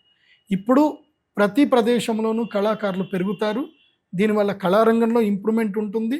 కాకపోతే థియేటర్లకు డబ్బులు తగ్గిపోతాయి, థియేటర్లకు జనాలు వెళ్ళడం తగ్గుతుంది, ఓటీటీ ఛానల్స్కి ఎక్కువగా పెరుగుతుంది. దీన్ని బేస్ చేసుకొని భవిష్యత్తులో ప్రొడ్యూసర్లు ఎవరైనా ఉంటే కనుక మీరు సొంత ప్రొడక్షన్ యూనిట్లు పెట్టుకోవడం, సొంత ఓటీటీ ఛానల్స్ చేసుకునే ప్రయత్నాలు చేసుకుంటే బాగుంటుంది. యూట్యూబ్ రంగాన్ని కానీ సోషల్ మీడియా రంగంలో కానీ అడ్వర్టైజ్మెంట్ రంగంలో వాళ్ళకి కానీ విపరీతమైన డబ్బు లాభాలు ఉంటాయి. ఇంకా అంటే అమెజాన్ ఫ్లిప్కార్ట్ లాంటి ఇంకా ఛానల్స్, కొత్త వెబ్సైట్లు, కొత్త ఏవైతే కనుక సెల్లింగ్ ప్లాట్ఫామ్స్ ఇంకా పెరుగుతాయి. కాకపోతే ప్రజలు మోసపోయే అవకాశం కూడా ఉంటుంది, దొంగలు ఎక్కువగా ఉంటారు కాబట్టి ప్రజలు అప్రమత్తంగా ఉండాలి. కాకపోతే ఈ సంవత్సరం నుంచి విస్తృతమైన వ్యాపారాలు కళారంగం ద్వారా పెరిగేటువంటి అవకాశం ఉంటుంది. ఈ సంవత్సరం ప్రకృతి వైపరీత్యాలు ఉన్నాయి. ముఖ్యంగా గోదావరి నదీ పరివాహ ప్రాంతం వాళ్ళకి మాత్రం ప్రకృతి విపత్తులు ఉన్నాయి. ఈసారి సీమ ప్రాంతం అంటే కోనసీమ అని అంటారు కదా, ఏవైతే లంక ద్వీపాలు ఏవైతే ఉన్నాయో ఆ గ్రామ ప్రజలు చాలా అప్రమత్తంగా ఉండాలి. ప్రతి ఒక్కళ్ళు తమ ఇండ్లల్లో ప్లాస్టిక్ బోట్స్, ఇట్లా గాలి కొట్టేస్తే నిండిపోయే ప్లాస్టిక్ బోట్లు కానివ్వండి, అదేవిధంగా లైఫ్ జాకెట్స్ కానీ పెట్టుకోండి. ఈ సంవత్సరం గోదావరి నదికి వరదలు వచ్చే అవకాశం ఉంటుంది, విపరీతమైనటువంటి ఉధృతి ఉంటుంది. కృష్ణానది కాస్త తక్కువ కానీ గోదావరి నదికి చాలా ఎక్కువగా వరద ఉండే అవకాశం ఉంటుంది ఈ సంవత్సరం. అదేవిధంగా ఈ సంవత్సరము సంక్షోభం అంటే పెద్దగా ఏమీ లేదు, కానీ వర్షాలు ఒకే ఒక చోట కుంభవృష్టి కురుస్తాయి. సేమ్ పోయిన సంవత్సరం ఎట్లాగైతే పడ్డట్టుగా దాన్ని ఏమంటారు, క్లౌడ్ బస్ట్లు ఏవైతే అంటారో ఆ క్లౌడ్ బస్ట్లు వచ్చే అవకాశం ఉంటుంది. తీర ప్రాంతం లోపల సముద్రము వెనక్కి వెళ్ళే అవకాశం ఉంటుంది. ఒక్కసారి సముద్రం మొత్తం వెనక్కి వెళ్ళి మళ్ళీ ముందుకు తన్నుకొచ్చే అవకాశం ఉంటుంది. కొన్ని భౌగోళికంగా కొన్ని మార్పులు వస్తాయి తీర ప్రాంతం లోపల. ఆ విషయంలో అప్రమత్తంగా ఉండండి. ఇంకోటి, మత్స్య సంపద తగ్గిపోతుంది ఈ సంవత్సరము. మత్స్య కళాకారులకు నష్టం వచ్చేటువంటి అవకాశం ఉంటుంది. కాబట్టి ఎక్కువగా దూరాలు వెళ్ళకండి. ముఖ్యంగా జాలర్లు ఎవరైతే ఉంటారో శ్రీకాకుళము, విజయనగరము, ఈ కాకినాడ, బందరు ఈ పోర్టుకు సంబంధించి చాలామంది జాలర్లు చాలా దూరాలు వెళతారు. ఈ సంవత్సరము సంక్షోభం ఉంటుంది, మత్స్య సంపద తగ్గిపోతుంది ఈ సంవత్సరము. కాబట్టి ఆ విషయంలో అప్రమత్తంగా ఉండండి. అది కాకుండా ఈ సంవత్సరం ఎక్స్పోర్ట్స్ విషయంలో మాత్రం ఎవరైతే రొయ్యలు అవి పండించుకుంటారో వాళ్ళకి లాభదాయకంగా ఉంటుంది. ఎందుకోసమంటే సముద్రం లోపల జలచరాలు తగ్గిపోయినప్పుడు ఆర్టిఫిషియల్గా పెంచేటువంటి వాళ్ళకి డిమాండ్ పెరుగుతుంది. కాబట్టి ఈ సంవత్సరము రాస్ బిజినెస్ చేసేటువంటి వాళ్లకు మంచిగా ఉంటుంది. ఇంకా ఈ ప్రకృతి విపత్తులో భాగంగా ఈ సంవత్సరం తిరుమలలో కారు చిచ్చులు ఎక్కువగా ఉండేటువంటి అవకాశం ఉంటుంది. అడవులు భయంకరంగా తగులుబడిపోతాయి. కాబట్టి ఎండాకాలంలో అడవి ప్రయాణాలు చేయకండి. అమెరికాలో మాత్రం తీవ్రమైన సంక్షోభం ఏర్పడుతుంది. అమెరికాలో చాలా పెద్ద ఎత్తున అడవులు తగులుబడిపోతాయి. సో అమెరికా కానీ మళ్ళీ ఆస్ట్రేలియా కానీ, ఆస్ట్రేలియాలో లాస్ట్ టైం జరిగాయి. సో మళ్ళీ డూమ్స్ డే లాంటి సిచ్యువేషన్స్ 2020లో కరోనాకు ముందు ఏవైతే అగ్ని ప్రమాదాలు జరిగాయో అవి ఈ సంవత్సరం ఎక్కువగా జరిగేటువంటి అవకాశాలు ఉన్నాయి. ఇంకొకటి విషయం బాగా గుర్తుపెట్టుకోండి, ఈ సంవత్సరం విష ప్రయోగాలు ఎక్కువగా జరుగుతాయి. ఇదే ఎక్కువగా మనుషుల వల్ల జరిగేటువంటి విష ప్రయోగాలు ఎక్కువగా ఉంటాయి ఈ సంవత్సరం. స్టాక్ మార్కెట్ అంటేనే అది కదలికలు ఉంటాయి, కిందికి మీదికి రెగ్యులర్గా ఉంటాయి. దాన్ని అనాలిసిస్ చేయడం ఎవరి వల్ల కాదు.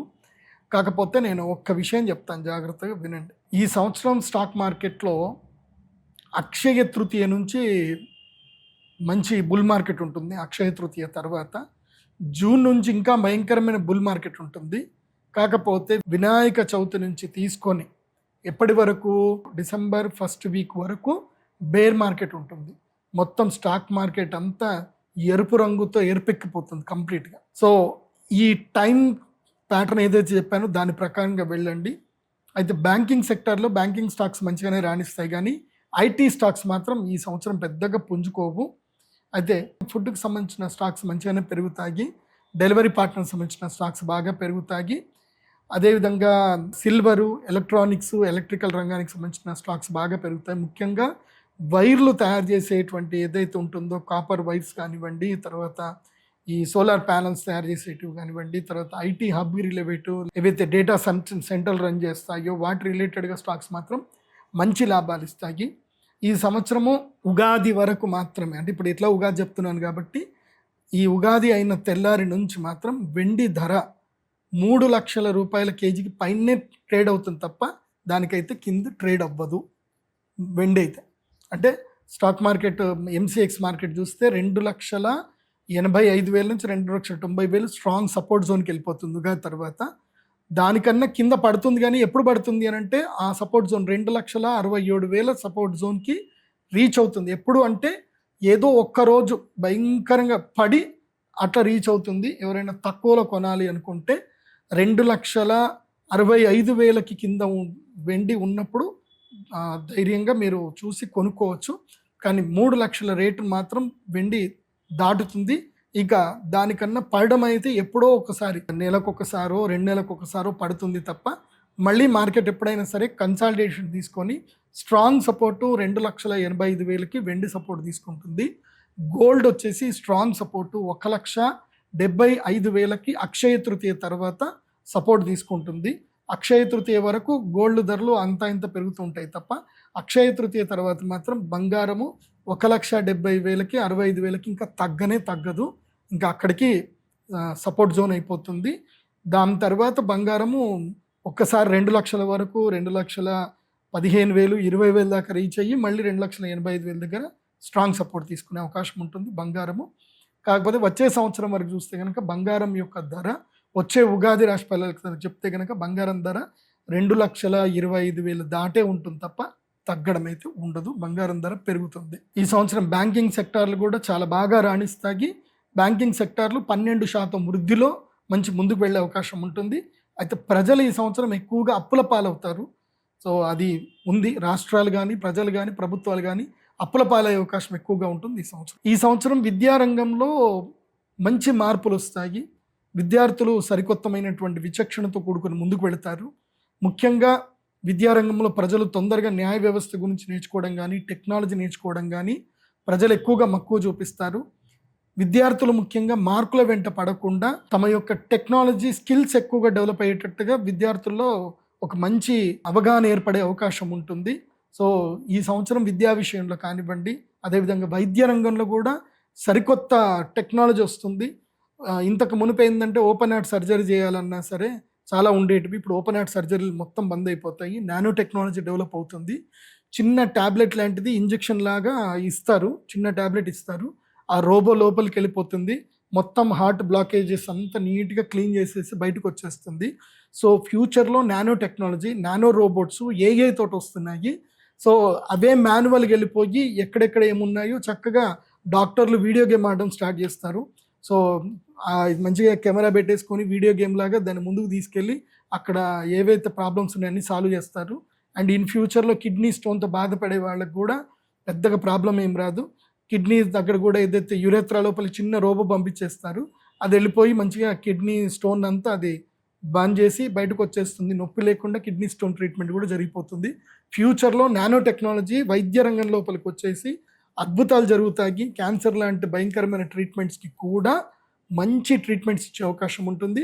ఫ్యూచర్లో ఎంత నానో టెక్నాలజీ వస్తుందంటే, ఎట్లాగైతే కనుక క్యాన్సర్ సెల్స్ని డామినేట్ చేయడానికి ఏఐ లాంటి కొన్ని సెల్స్ని వాళ్ళు తయారు చేస్తారు, రోబో సెల్స్ని. అవి శరీరంలోకి వెళ్ళిపోయి క్యాన్సర్ సెల్స్ అన్నిటిని కూడా అవి స్మాష్ చేసే ప్రయత్నాలు మొదలవుతాయి. ఆ టెక్నాలజీ ఉంటుంది. మనిషి మరణాన్ని జయించడానికి ప్రయత్నం చేస్తాడు, కానీ అదైతే జయించడం కష్టమే. కానీ కాకపోతే డబ్బు ఉన్నటువంటి వాడు, విపరీతమైన డబ్బు ఉన్నటువంటి వాళ్ళు మాత్రం తమ ఆయుష్ని 100 సంవత్సరాల నుంచి 200 సంవత్సరాలకైతే పెంచుకోగలుగుతారు. అది జరుగుతుంది భవిష్యత్తులో. డబ్బున్నటువంటి వాడు టెక్నాలజీ తోటి ఆయుష్ పరిమాణం పెరిగే అవకాశాలు అయితే ఈ సంవత్సరం నుంచి కనిపిస్తున్నాయి. 150 సంవత్సరాల వరకు కూడా బతకొచ్చు, అది జరుగుతుంది. ఈ సంవత్సరము మహిళల్లో చైతన్యం బాగా ఏర్పడుతుంది. మహిళలు విపరీతంగా డబ్బులు సంపాదిస్తారు. సో ఈ సంవత్సరం ఇన్కమ్ ట్యాక్స్ కట్టేటువంటి ట్యాక్స్ శాతం కూడా చాలా పెరుగుతుంది. జిఎస్టీలు కూడా చాలా ఎక్కువ మంది కడతారు. ముఖ్యంగా మహిళలు ఏంటంటే కనుక ఫుడ్ రిలేటెడ్ కానివ్వండి, మ్యానుఫ్యాక్చరింగ్ కానివ్వండి, ఇంకా వేరే వేరే టెక్నాలజీ లోపలికి మహిళలు అందరు వ్యాపారస్తులు వెళ్ళే అవకాశం ఉంటుంది. కానీ ఈ సంవత్సరం మాత్రం వస్త్రాల రేట్లు భయంకరంగా పెరిగిపోతాయి. ఇప్పుడున్నట్టు కాదు. ఇంకా ఈ సంవత్సరం పట్టు చీరలు కొనాలంటే ఇంకా ఈఎంఐలో పట్టు చీరలు అమ్మబడును అని మాత్రం ఉంటాయి. సో ఆ రేంజ్ లోపలికి చీరల రేట్లు వెళ్ళిపోయే అవకాశం ఉంటుంది. అంటే ఖరీదైన పట్టు చీరలు ₹1,00,000 పైన వెళ్ళిపోతాయి. సో ఒకప్పుడు ఈ సంవత్సరము 30,000 40,000 దొరికిన పట్టు చీర ఇప్పుడు మాత్రం అంటే 2025కి 26 కనుక చూస్తే 15 నుంచి 20% బట్టల రేట్లు పెరిగిపోతాయి. చిన్నపిల్లల బట్టలు కొందామంటే ఇంకా క్రెడిట్ కార్డ్ తోటి ఈఎంఐలు కట్టాల్సిన పరిస్థితి అయితే ఏర్పడుతుంది. ఇప్పటి నుంచి బట్టల రేట్లు అయితే బాగా పెరిగిపోతాయి. సో తప్పదు. ఈ సంవత్సరము వస్త్రాల రేట్లు పెరుగుతాయి, కానీ వస్త్ర వ్యాపారం చేసేటువంటి వాళ్ళకైతే లాభదాయకంగా ఉంటుంది. సో ప్రజలు ఆఫర్ల కోసం చూస్తూ ఉంటారు. ఇదైతే పరిస్థితులు ఈ సంవత్సరం ఉంటుంది. ముఖ్యంగా స్త్రీల బట్టల విషయంలో, ఎందుకోసమంటే నేను డైరెక్ట్గా కూడా చూస్తున్నాను. నా దగ్గర చాలామంది నా శిష్యులు ఉన్నారు. స్త్రీలకి వాళ్ళ యొక్క వస్త్రాలు కుట్టడానికి పురుషులకైతే ఒక షర్ట్ కొనుక్కుందా అంటే ₹200 ఒక షర్ట్ వచ్చేస్తుంది. కానీ స్త్రీలకు అట్లా కాదు. వాళ్ళకి ఏదైనా వస్త్రాలు కుట్టించుకోవాలంటే ఒక్కదానికి మినిమం ₹700 పడుతుంది అని అంటే, భవిష్యత్తులో స్త్రీలు వస్త్ర రంగంలోకి వెళితే కనుక వాళ్ళకి మంచి లాభదాయకంగా ఉంటుంది, మంచి డబ్బులు సంపాదించుకుంటారు. ఈ సంవత్సరం బాగుంది ఆ విషయంలో మాత్రం. ఈ సంవత్సరము గురుగ్రహ సంచారం బాగా మనం తెలుసుకుందాం. గురుగ్రహము జూన్ 1వ తారీఖు వరకు, అంటే 1-3 అనుకోండి, అప్పటి వరకు ఏంటంటే గురుగ్రహ సంచారము మిథున రాశిలో సంచరిస్తున్నాడు. గురువు మిథున రాశిలో సంచరించినప్పుడు ఏమవుతుంది అని అంటే, శనికి తర్వాత గురుగ్రహానికి ఏంటంటే కేంద్ర దృష్టి పడుతుంది. సో 1, 4, 7, 10లో ఉంటారు. కాబట్టి ఏం జరుగుతుంది అని అంటే సంక్షోభాలు ఎక్కువగా ఏర్పడతాయి. జూన్ 1వ తారీఖు వరకు సంక్షోభాలు ఉంటాయి.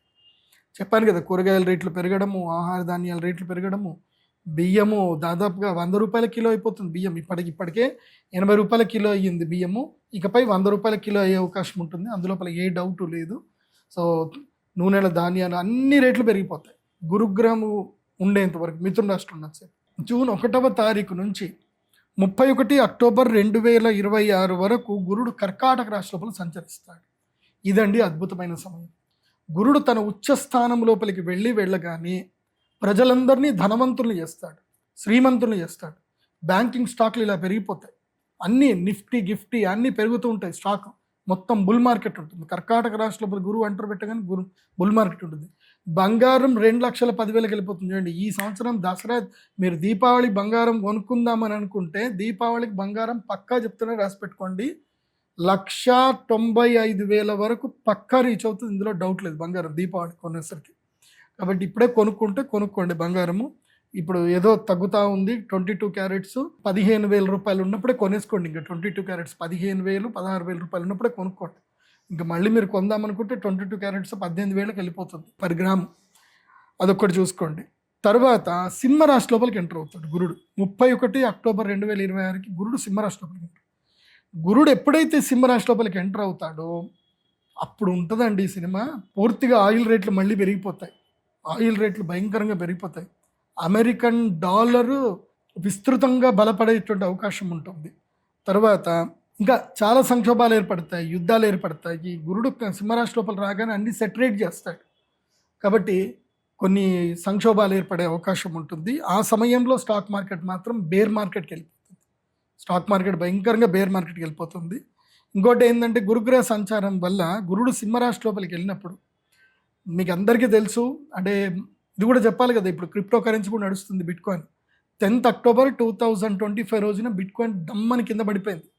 ఆ రోజు పడ్డదంటే $1,25,000 దగ్గర ఉండే బిట్కాయిన్ దాదాపుగా $60,000 రీచ్ అయిపోయింది. కానీ ఎప్పుడైతే గురుడు సింహరాశి లోపలికి ఎంటర్ అవుతాడంటే నెక్స్ట్ మళ్ళీ 31st అక్టోబర్కి బిట్కాయిన్ ప్రైస్ వచ్చేసి 1,30,000 దాటిపోతుంది. మళ్ళీ అవకాశాలు ఉన్నాయి. అది మళ్ళీ మిమ్మల్ని పెట్టుబడి పెట్టమని చెప్పట్ల, అది మీ ఇష్టం. నేను చెప్పేది నేను చెప్తున్నాను, నా అనాలిసిస్ మాత్రమే చెప్తున్నాను. పెట్టుబడి వ్యవహారాలంతా కూడా మీ విచక్షణ. తర్వాత శని మీనరాశి లోపలికి ప్రవేశించాడు. ఆల్రెడీ మీనరాశి లోపల ఉన్నాడు. ఈ సంవత్సరం అంతా కూడా శని మీనరాశిలోనే ఉంటాడు, ఎక్కడికి జరగడు, అక్కడనే కూర్చుంటాడు.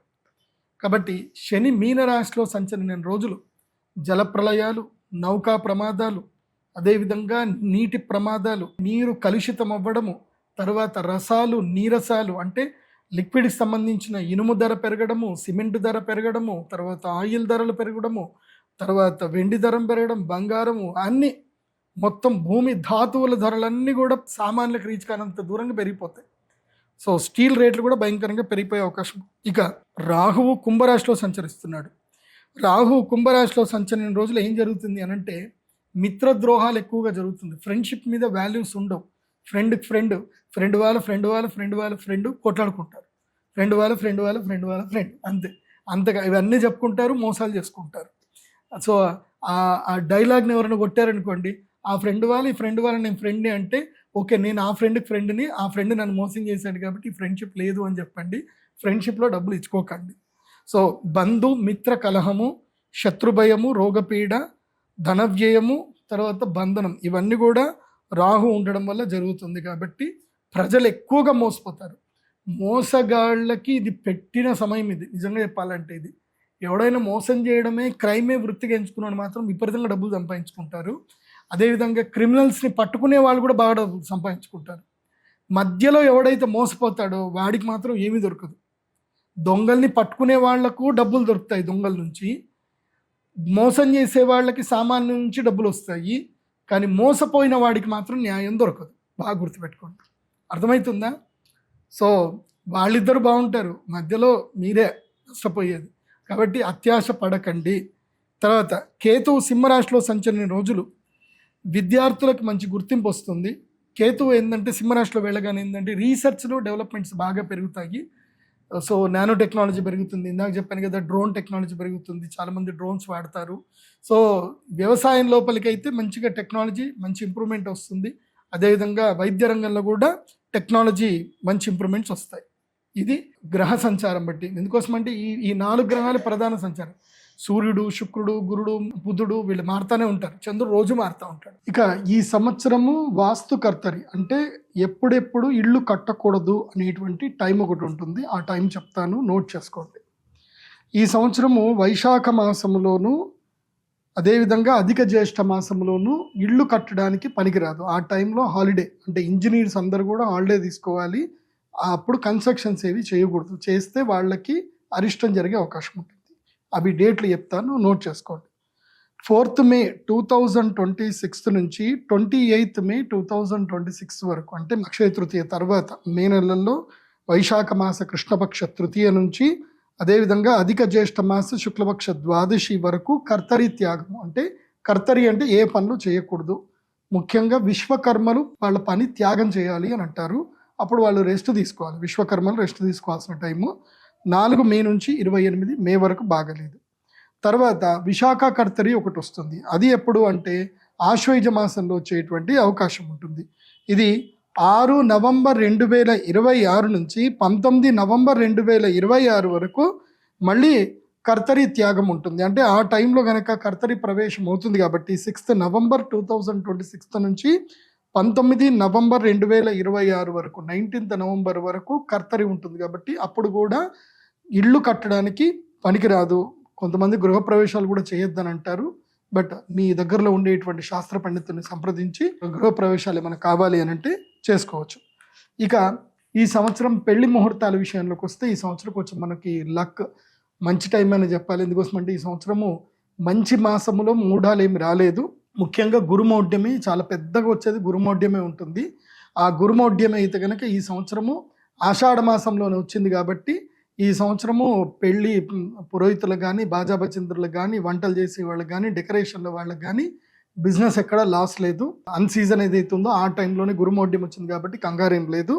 ఈ సంవత్సరం గురుమౌఢ్యమి 14 జూలై 2026 జ్యేష్ఠ అమావాస్య రోజు వస్తుంది. తర్వాత అధిక జ్యేష్ఠ మాసం ఎట్లా స్టార్ట్ అవుతుంది కాబట్టి అప్పుడు 14 జూలై 2026 నుంచి 13 ఆగస్టు 2026 వరకు, అంటే శ్రావణ శుక్ల ప్రతిపద, అంటే ఆల్మోస్ట్ అధిక జ్యేష్ఠ మాసము తర్వాత ఆషాఢ మాసం అంతా కూడా పోయి ఇక ఈ సంవత్సరము ఏ టెన్షన్ లేకుండా మౌఢ్యం వెళ్ళిపోతుంది. కాబట్టి మూఢం ఈసారి ఆషాఢ మాసంలోనే వస్తుంది కాబట్టి ఏ టెన్షన్ లేదు. ఇప్పుడు మళ్ళీ చెప్తున్నాను, డేట్ నోట్ చేసుకోండి. 14 జూలై 2026 నుంచి 13 ఆగస్టు 2026 వరకు గురుమౌఢ్యమి. ఇక శ్రావణ మాసంలో పెళ్ళిళ్ళు ఉంటాయి. తర్వాత మళ్ళీ శుక్రమౌఢ్యం ఒకటి వస్తుంది. అది 10 రోజులు వస్తుంది. మెయిన్గా దసరా అయిపోయిన తర్వాత వస్తుంది. దసరా టైంలో వస్తుంది.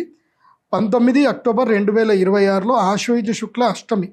సో 19 అక్టోబర్ అంటే దసరాకి 2 రోజుల ముందు దుర్గాష్టమి రోజు శుక్రమౌఢ్యం మొదలవుతుంది. కాబట్టి దుర్గాష్టమి నుంచి మొదలయ్యి 29th అక్టోబర్ 2026 వరకు, అంటే కృష్ణపక్ష ఆశ్వయుజ కృష్ణపక్ష చతుర్థి వరకు, అంటే సంకష్టహర చతుర్థి వరకు మాత్రమే ఉంది. కాబట్టి ఈ మధ్యలోనే అమ్మవారి యొక్క నవరాత్రులు అయిపోతాయి, మనకి కోజాగిరి పౌర్ణమి అయిపోతుంది. కాబట్టి జస్ట్ ఒక 10 రోజులు మాత్రమే ఈ శుక్రమౌఢ్యం ఉంది. అప్పుడు ఎట్లాగో పెళ్లి ముహూర్తాలు ఏమీ లేవు కాబట్టి అందరికీ మంచిదే. ఆ తర్వాత పెళ్లి ముహూర్తాలు మొత్తం ఈ సంవత్సరం అంతా గట్టిగా పెళ్లి ముహూర్తాలనే. ఈ సంవత్సరం ముహూర్తాలు అన్నీ ఉన్నాయి. ఈ సంవత్సరము చైత్రమాసము, వైశాఖ మాసము, అదేవిధంగా జ్యేష్ఠ మాసములు, అధిక జ్యేష్ఠ మాసం వచ్చింది కాబట్టి అది తీసేసి నిజ జ్యేష్ఠ మాసంలోనూ పెళ్లి చేసుకోవచ్చు. ఇంటికి పెద్దవాళ్ళు మాత్రం పెళ్లి చేసుకోవడానికి పనికిరాదు. అంటే జ్యేష్ఠ మాసము, జ్యేష్ఠపుత్రుడు, జ్యేష్ఠపుత్రిక లేదా జ్యేష్ఠ నక్షత్రుడు పుట్టినటువంటి వాడు, జ్యేష్ఠపుత్రుడు, జ్యేష్ఠపుత్రిక, జ్యేష్ఠ మాసం, ఇవి కాంబినేషన్ కుదరదు. ఒక్క జ్యేష్ఠ పిల్లవాడు ఒక్కోడే ఉండి జ్యేష్ఠ మాసంలో పెళ్లి చేసుకొని పెళ్లి కూతురు చిన్నపిల్లదైనా పెళ్లి కొడుకు చిన్నపిల్లవాడైనా పర్వాలేదు చేసుకోవచ్చు. త్రిజ్యేష్ఠ కలవకుండా చూసుకోండి. ఆ తర్వాత శ్రావణ మాసంలో పెళ్ళిళ్ళు ఉన్నాయి. ఆశ్వయుజ మాసంలో కృష్ణపక్షంలోను శుక్లపక్షంలో కొన్ని రోజులు, కృష్ణపక్షంలో కొన్ని రోజులు పెళ్లి ముహూర్తాలని. తర్వాత కార్తీక మాసంలోనూ పెళ్ళిళ్ళు ఉన్నాయి. చాలామంది కొంతమంది కార్తీక మాసంలో పెళ్లి చేసుకోరు కొన్ని సాంప్రదాయంలో. సో కార్తీక మాసంలో పెళ్ళిళ్ళు ఉన్నాయి. మార్గశీర్ష మాసంలో అయితే 100% అందరూ పెళ్లి చేసుకుంటారు. తర్వాత మాఘమాసం పెళ్ళిళ్ళు ఉన్నాయి. పాల్గొన మాసంలోనూ పెళ్ళిళ్ళు ఉన్నాయి. కాబట్టి ఏ టెన్షన్ లేదు. ఇక ఈ సంవత్సరం పుష్కరాలు. ఈ సంవత్సరం పుష్కరాల విషయానికి వస్తే జూన్ 1వ తారీఖు రోజున గురుడు కర్కాటక రాశిలో ప్రవేశిస్తున్నాడు. కాబట్టి ఎప్పుడైతే గురుడు కర్కాటక రాశిలో ప్రవేశిస్తాడో అప్పుడు యమునా నదికి పుష్కరాలు వస్తాయి. కాబట్టి జూన్ 1వ తారీఖు నుంచి, అంటే జూన్ 2 అనుకోండి, జూన్ 2వ తారీఖు నుంచి మొదలు జూన్ 12వ తారీఖు వరకు 10 రోజుల పాటు యమునా నది పుష్కరాలు ఉంటాయి. ఇది చాలా కీలకమైనది. అందరు కూడా నార్త్ ఇండియాలో అందరూ జమునా అంటారు, జమునా పుష్కరాలు అంటారు. అక్కడ యమునా నదిని జమునా అంటారు. సో నార్త్ ఇండియాలో ఢిల్లీ దగ్గర యమునా నది ఉంటుంది. కాకపోతే కొంతమంది ఎక్కువ మంది యమునోత్రికి వెళ్ళి అక్కడ పుష్కర స్నానం చేస్తారు. ఈ సంవత్సరం యమునోత్రికి చాలా ఎక్కువగా రష్ ఉంటుంది. కేదార్నాథ్, బద్రీనాథ్, చార్ధామ్లో యమునోత్రికి చాలామంది వెళ్తారు. కాబట్టి ఈ సంవత్సరం యమునా నదికి పుష్కరాలు ఉన్నాయి. ఎవరికైతే పితృదోషాలు ఉన్నాయో, అకాల మరణాలు అంటే ఎవరైనా తమ ఇండ్లల్లో అకారణ మరణం ఎవరైనా చనిపోయి ఉండి వాళ్ళకి ప్రేత శాంతి సరిగ్గా చేయకపోతే మాత్రం యమునా నది పుష్కర స్నానం చేసి అక్కడ తర్పణాలు వదిలి శ్రాద్ధం కనుక చేయగలిగితే కనుక వాళ్ళకి మోక్ష సిద్ధి కలుగుతుంది.